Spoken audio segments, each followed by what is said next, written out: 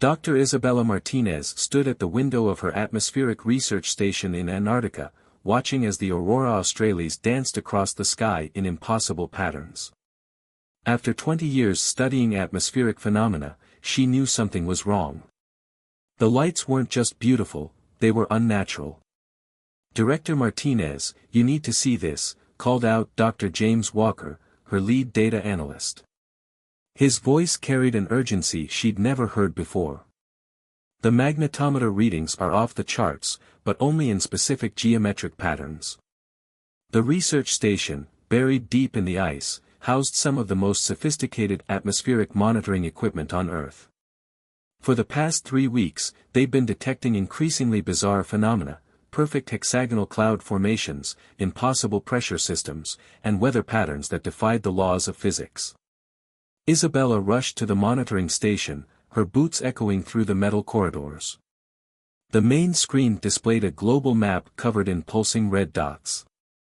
"It's not just us anymore," James explained, his fingers flying across the keyboard.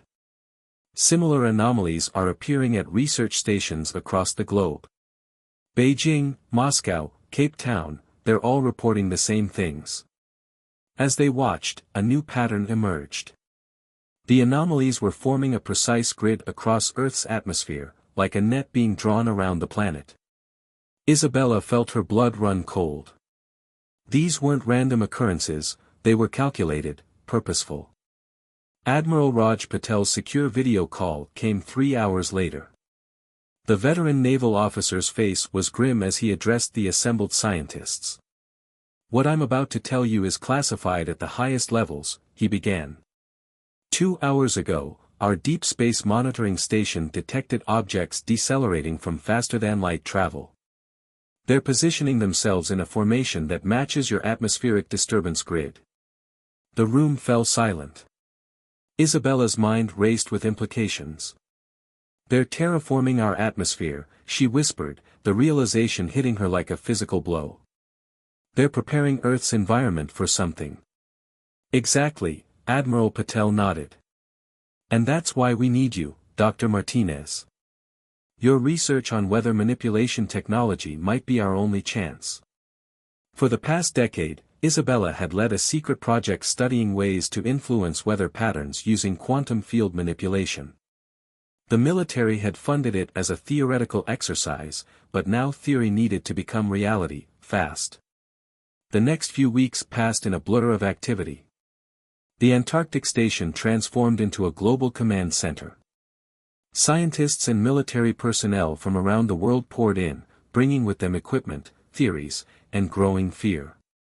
The alien ships remained in position, silent but continuing their atmospheric modifications. Dr. Takashi Yamamoto, a brilliant quantum physicist from Tokyo, worked alongside Isabella to merge her weather control theories with bleeding-edge particle physics. "If they can manipulate our atmosphere," he reasoned, "we can learn to fight back using the same principles." The breakthrough came during a late-night experiment. They discovered that the alien atmospheric modifications operated on a quantum level, creating microscopic bridges between different weather states. More importantly, they found a way to disrupt these bridges. "It's like a lock and key," Isabella explained to Admiral Patel during their daily briefing. "They're trying to change our atmosphere's quantum signature. But if we can generate an opposing field strong enough, we can prevent the changes and potentially even turn Earth's weather into a weapon." The Admiral leaned forward, interest sparking in his tired eyes. "What do you need?" "A ship," Isabella replied, pulling up the designs she and her team had been working on. "A very special ship. We're calling it the Hurricane-Heart Battleship. It will be humanity's first weather control vessel, capable of both defending our atmosphere and weaponizing it against the invaders." As the blueprints rotated on the holographic display, showing a massive vessel covered in quantum field generators and atmospheric processors, Isabella felt a mix of pride and trepidation. They were about to turn Earth's weather into the ultimate defense system. But would it be enough? The aliens had yet to make direct contact, but their intent was clear in the steadily changing composition of Earth's atmosphere. They were preparing for invasion, and humanity had only one chance to stop them. The Hurricane-Heart Battleship would either be their salvation or their last hope's failure. As construction orders went out to shipyards across the globe, Isabella looked again at the Aurora Australis, still dancing its unnatural dance across the Antarctic sky. Soon, very soon, those lights would change again, but this time, humanity would be the ones controlling the show. The Icelandic shipyard sprawled across the fjord like a metal city, its massive construction bays illuminated against the perpetual winter darkness. Inside the largest bay, the Hurricane-Heart battleship took shape, its quantum-infused hull reflecting the aurora-like distortions that now permanently painted Earth's skies. Director Nikolai Volkov, the project's chief engineer, studied the holographic blueprints floating above his workstation. "The quantum field generators are consuming more power than we anticipated," he reported to Isabella, who had just arrived from Antarctica. "We're having to redesign the entire power distribution system." The vessel's construction had become a global effort. Teams from 30 nations worked in shifts around the clock, racing against the steadily increasing atmospheric changes. The alien ships remained silent in their orbital grid, but their effect on Earth's weather grew stronger each day. "We've got another anomaly," called out Lieutenant Amara Okafor, their atmospheric monitoring specialist. The main screen showed a massive storm system forming over the Pacific, its clouds arranging themselves into impossible geometric patterns. Temperature gradients are inverting, and the pressure systems are dancing. Isabella rushed to examine the data. The aliens weren't just changing Earth's atmosphere, they were teaching it new rules.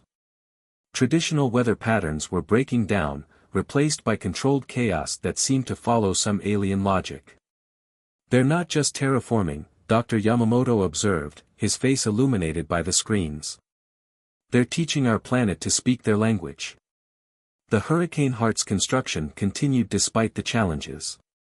Its hull incorporated new metamaterials developed specifically to channel and control weather patterns. Quantum field generators, each powerful enough to power a small city, were installed in precise configurations throughout the ship. The breakthrough they needed came from an unexpected source. Dr. Fatima Rahman, a theoretical physicist from Pakistan, discovered that the alien atmospheric modifications left behind quantum echoes, traces that could be analyzed and potentially replicated.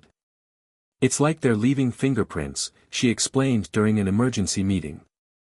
"If we can understand their quantum signature, we can not only block their changes but reverse them." The discovery accelerated their work. The Hurricane-Heart systems were modified to detect and analyze these quantum echoes, learning from the very forces they were designed to combat. But time was running out. 3 months into construction, the first major test of the ship's systems nearly ended in disaster. The quantum field generators activated successfully, but the resulting atmospheric disturbance created a localized storm that almost tore the shipyard apart. "The power output is stable," Nikolai shouted over the howling winds, "but we can't control the effect." Emergency teams rushed to shut down the generators as lightning crackled across the ship's hull in impossible patterns. Isabella worked through the night with her team, analyzing the test data. "We're thinking about this wrong," she finally announced. "We're trying to fight the atmosphere, but we need to work with it. The aliens aren't forcing these changes, they're persuading the atmosphere to change itself." The revelation led to a complete redesign of the ship's control systems. Instead of brute force weather manipulation, they developed what they called quantum weather seeding, subtle changes that would cascade through the atmosphere, creating controlled chain reactions. As the ship neared completion, the alien presence grew more assertive. Strange atmospheric phenomena appeared worldwide, rivers flowing upstream, clouds forming massive geometric shapes, and rain that fell upward. Earth's weather was becoming increasingly alien. Admiral Patel visited the shipyard regularly, watching as humanity's greatest technological achievement took shape. "How soon?" he asked during one inspection, his voice tight with concern. 2 weeks, Isabella replied, watching as workers installed the final quantum field generators. "Maybe less if we push it." "But Admiral, even if we finish the ship, we're not sure it will be enough. The aliens have had months to modify our atmosphere. We'll be fighting them on their terms. The Admiral nodded grimly. It will have to be enough. Our long-range sensors show more alien ships approaching. Whatever they're planning, it's about to begin. Inside the nearly completed Hurricane-Heart, engineers ran final checks on its systems. The ship's quantum processors hummed with power, ready to unleash controlled chaos into Earth's atmosphere. Banks of specialized computers analyzed the ever-changing patterns in the sky, learning and adapting to the alien modifications. Isabella stood on the observation deck, watching her creation come to life. The Hurricane-Heart was beautiful in its own way, its hull covered in intricate patterns of quantum field emitters that glowed softly in the dim light. It represented humanity's greatest achievement, and perhaps their last hope. As if in response to the ship's nearness to completion, new atmospheric disturbances began appearing around the shipyard. The aliens were aware of what they were building. The question was, would humanity master their weather control technology in time to save their planet? In the artificially controlled atmosphere of the construction bay, Isabella Martinez watched as her team prepared for the final systems check. Soon, very soon, they would find out if they could beat the aliens at their own game. The fate of Earth's atmosphere, and humanity itself, hung in the balance. The first alien transmission arrived just as the Hurricane-Heart completed its final system checks. The message, broadcast simultaneously across all frequencies, was deceptively simple: your atmosphere has been prepared. Surrender will minimize losses. Admiral Patel stood on the Hurricane-Heart's bridge, surrounded by screens showing the increasingly chaotic weather patterns worldwide. Launch status, he asked, his voice steady despite the tension. All systems operational, Isabella responded from her station. The quantum weather control interfaces glowed before her, displaying real-time atmospheric data. But we've never tested the full system under combat conditions. The alien ships began descending through the atmosphere, their massive forms distorting the air around them. As they moved, the weather responded, storms formed and dissipated at their command, creating safe corridors for their approach. They're using our own atmosphere as a shield, Dr. Yamamoto observed, studying the sensor readings. The weather patterns are protecting them from conventional weapons. The Hurricane-Heart rose from its construction bay, its quantum field generators humming to life. The ship's unique design, covered in weather manipulation technology, drew curious stares from the gathered crowds. Few understood that this vessel represented humanity's only real defense against the invasion. The first diplomatic attempt ended quickly. The aliens, calling themselves the Atmospheric Collective, demanded Earth's immediate surrender. They explained that they had optimized thousands of planets before, transforming their atmospheres to suit their needs. Earth was simply next in line. Begin primary sequence, Isabella commanded as the alien ships approached. The Hurricane-Heart's quantum processors spun up, reaching out to touch the modified atmosphere. At first, nothing seemed to happen. Then, slowly, the air around the ship began to change. Lieutenant Okafor monitored the atmospheric readings. "We're creating a quantum weather bubble," she reported. "The alien modifications aren't penetrating our zone of control." The Atmospheric Collective noticed. 3 of their ships broke formation, moving to investigate this unexpected resistance. As they approached, the Hurricane-Heart launched its first active defense. Isabella's fingers flew across the control panel, implementing the theories they developed over months of research. The quantum field generators pulsed, and suddenly the air between the ships transformed into a maelstrom of opposing weather patterns. The alien vessels struggled against the unexpected atmospheric resistance. Their own weather control systems fought against the Hurricane-Heart's influence, creating a spectacular display of competing forces. Lightning arced between clouds that shouldn't exist, while tornado-like vortexes formed and collapsed in seconds. "We're holding them back," Nikolai announced, his voice tight with concentration as he managed the ship's power systems. "But the strain on the generators is enormous." The alien response came swiftly. The atmosphere above the Hurricane-Heart began to crystallize, forming structures that defied physics. The temperature dropped rapidly as the air itself seemed to freeze in patterns never seen on Earth. Isabella had prepared for this. Initiating Protocol Thunderhead, she commanded. The Hurricane-Heart's quantum processors calculated new atmospheric equations, and suddenly the crystalline structures shattered, transformed into a superheated plasma storm that engulfed one of the alien ships. The damaged alien vessel retreated, its weather control systems visibly disrupted. For the first time since their arrival, the atmospheric collective showed signs of uncertainty. They didn't expect us to fight back on their terms, Admiral Patel observed grimly. They thought we'd be helpless against their atmospheric manipulation. The victory was short-lived. More alien ships descended, each adding its influence to the atmospheric battle. The Hurricane-Heart fought valiantly, its systems pushing the boundaries of the new science they'd created, but it was clearly outmatched. We need to fall back, Isabella advised, watching as the quantum field generators approached critical levels. But we've proved something crucial, they can be fought. As the Hurricane-Heart retreated to a safe distance, the alien ships regrouped. The atmosphere between the opposing forces churned with competing influences, creating a no-man's land of impossible weather patterns. In the ship's tactical room, Isabella and her team analyzed the battle data. Their atmospheric control is more sophisticated than ours, she explained to Admiral Patel, but it's not unbeatable. We've learned more about their techniques in this one encounter than in months of observation. The Admiral nodded thoughtfully. How long to incorporate what you've learned and make improvements? A few days, maybe less, Isabella replied. But sir, we need more ships. One Hurricane-Heart isn't enough to challenge their entire fleet. Already in progress, Patel responded, bringing up a global map showing multiple construction sites. After your initial success, every major nation has committed to building their own weather control vessels.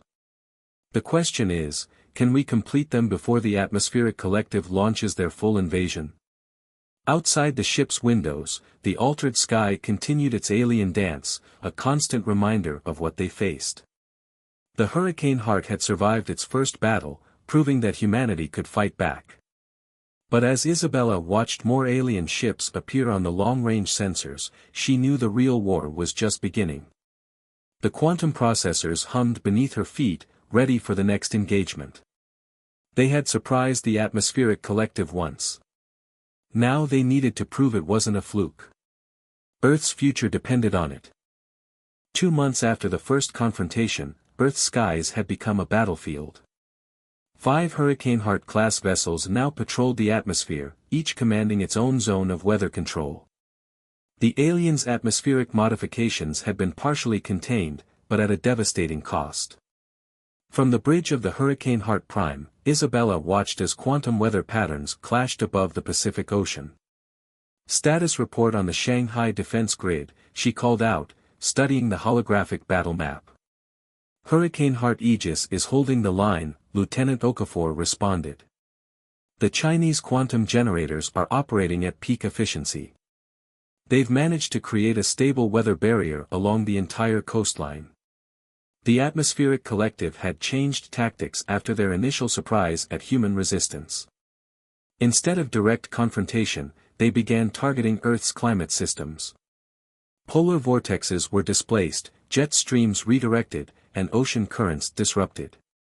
They're trying to wear us down, Dr. Yamamoto observed, analyzing data from atmospheric sensors worldwide.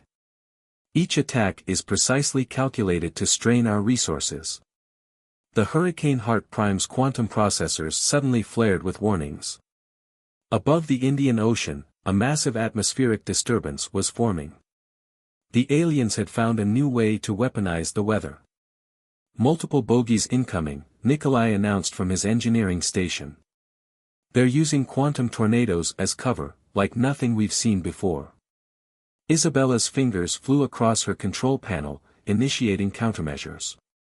The Hurricane-Heart's quantum field generators powered up, reaching out to engage the alien weather patterns. The sky erupted in a display of competing forces as human and alien technology clashed. "All Hurricane-Heart vessels, converge on my position," Admiral Patel commanded from the tactical center. "This is the major offensive we've been waiting for." The battle that followed would later be known as the Monsoon Confrontation. 5 Hurricane-Heart battleships against 12 alien vessels, fighting for control of Earth's atmosphere. The quantum weather patterns they generated were visible from space, a swirling maelstrom of impossible meteorological phenomena. "They're targeting our quantum synchronization," Dr. Rahman reported, her voice tight with concentration. "If they disrupt our weather control network, each ship will be isolated." Isabella had anticipated this strategy. "Initiate Protocol Stormborn," she ordered. The Hurricane-Heart vessels began generating overlapping fields of quantum influence, creating a unified weather control system that the aliens couldn't easily disrupt. The atmospheric collective responded with escalating force. They compressed air into liquid state, created lightning that moved in geometric patterns, and formed clouds that behaved like solid matter. Each new weapon pushed the limits of atmospheric science. "Hurricane-Heart Valiant is taking heavy damage," came a desperate call. "Their quantum generators are failing."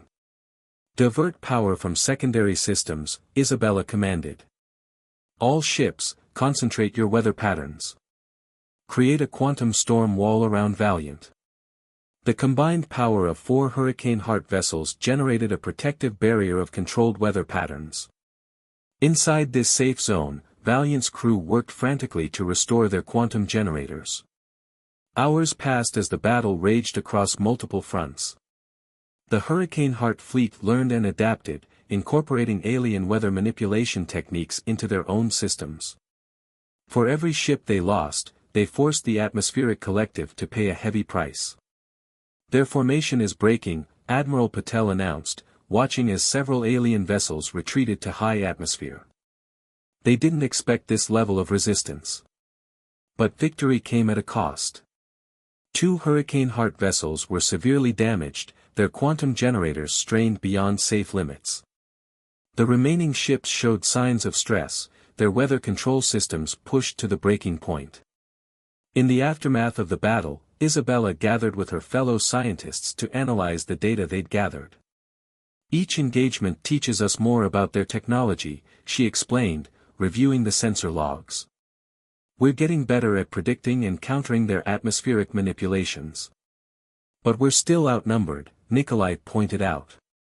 "And the new Hurricane-Heart vessels won't be ready for weeks."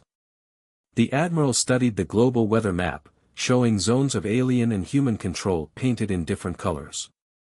"We don't need to match their numbers," he said thoughtfully. "We just need to hold them back long enough to complete our final project." Isabella nodded, knowing what he meant. Deep beneath the Antarctic ice, a secret weapon was under construction. If they could keep the atmospheric collective occupied long enough, it might change the course of the war. As if sensing her thoughts, the quantum processors beneath her feet hummed with renewed energy. The Hurricane-Heart Prime had survived another day, proving again that humanity wouldn't surrender their atmosphere without a fight. Above them, the sky continued its alien dance, but now human weather patterns moved with equal authority. The war was far from over, but Earth had shown it could stand against the invaders. The final battle, Isabella knew, would determine not just the fate of Earth's atmosphere, but the future of humanity itself. The Antarctic Research Station, where it all began, had transformed into humanity's last hope. Deep beneath the ice, Project Tempest Omega neared completion, a quantum weather control array powerful enough to affect Earth's entire atmosphere at once. Isabella stood in the control center, surrounded by holographic displays showing the increasingly desperate situation above. The remaining Hurricane-Heart vessels fought a holding action against the atmospheric collective's main fleet, buying precious time with their courage. "Final calibration sequence complete," Dr. Rahman announced, her voice echoing through the underground chamber. "The quantum synchronization matrix is stable." They had learned from every battle, every encounter with alien weather technology. Project Tempest Omega represented the sum of that knowledge, a fusion of human innovation and reversed-engineered alien science. Multiple hostile signatures detected, Lieutenant Okafor reported from her monitoring station. They found us. Atmospheric disturbances forming directly above the facility. Admiral Patel's voice crackled over the comm system from Hurricane-Heart Prime. We'll give you as much time as we can, Director Martinez. Make it count. Above the ice, the sky erupted into chaos. The atmospheric collective had committed their full remaining fleet to this final assault. They understood the threat that Project Tempest Omega represented. All Hurricane-Heart vessels, defensive formation Delta, the Admiral commanded. Protect that facility at all costs. The battle that followed would be remembered as humanity's finest hour. For weather control battleships against an alien armada, fighting with technologies that turned the sky itself into a weapon. Inside the facility, Isabella and her team raced to complete the final preparations. Quantum core at 90%, Dr. Yamamoto reported. The atmospheric sensors are calibrated and ready. The whole chamber shuddered as an alien attack penetrated the defensive screen above. Ice crystals formed on the ceiling, then vaporized as competing weather patterns clashed. Hurricane-Heart Defiant is down, came a grim report from above. Quantum generators critical. They're evacuating the crew. Isabella felt the weight of Earth's future on her shoulders. Begin primary sequence, she ordered. Channel all power to the quantum array. Project Tempest Omega awakened. The massive facility hummed with power as quantum generators spun up to full capacity. Decades of weather science, months of desperate innovation, and countless sacrifices had led to this moment. They're changing tactics, Nikolai warned, watching the sensor feeds. Multiple atmospheric anomalies forming. They're trying to create a quantum lock around the facility. But Isabella had anticipated this. Initiate protocol genesis, she commanded. The quantum array pulsed, sending waves of influence through Earth's atmosphere. At first, nothing seemed to happen. Then, slowly, the air itself began to change. Project Tempest Omega wasn't fighting the alien modifications, it was rewriting Earth's atmospheric rules on a quantum level. It's working, Dr. Ramon exclaimed, studying the readings. The alien weather patterns are losing coherence. Their quantum signatures are being overridden. Above the facility, the Hurricane-Heart fleet pressed their advantage. As the alien vessels struggled to maintain control of their weather weapons, human quantum technology struck back with devastating effect. Multiple hostile signatures retreating, Lieutenant Okafor reported, her voice tight with excitement. Their atmospheric control is failing across all sectors. The atmospheric collective had finally met their match. Project Tempest Omega continued its work, systematically purging alien influences from Earth's atmosphere. The invaders' greatest weapon, their mastery of weather, was being turned against them. Admiral Patel's voice filled the command center, all ships, push them back. Don't let them regroup. The remaining Hurricane-Heart vessels advanced, their quantum generators synchronized with Project Tempest Omega. Together, they created atmospheric conditions that even the aliens couldn't counter. Hours later, as the last alien ship retreated from Earth's atmosphere, Isabella stood with her team watching the sky return to its natural patterns. The auroras still danced overhead, but now they followed Earth's rules again. We've received transmissions from weather stations worldwide, Dr. Yamamoto reported. Atmospheric conditions are stabilizing.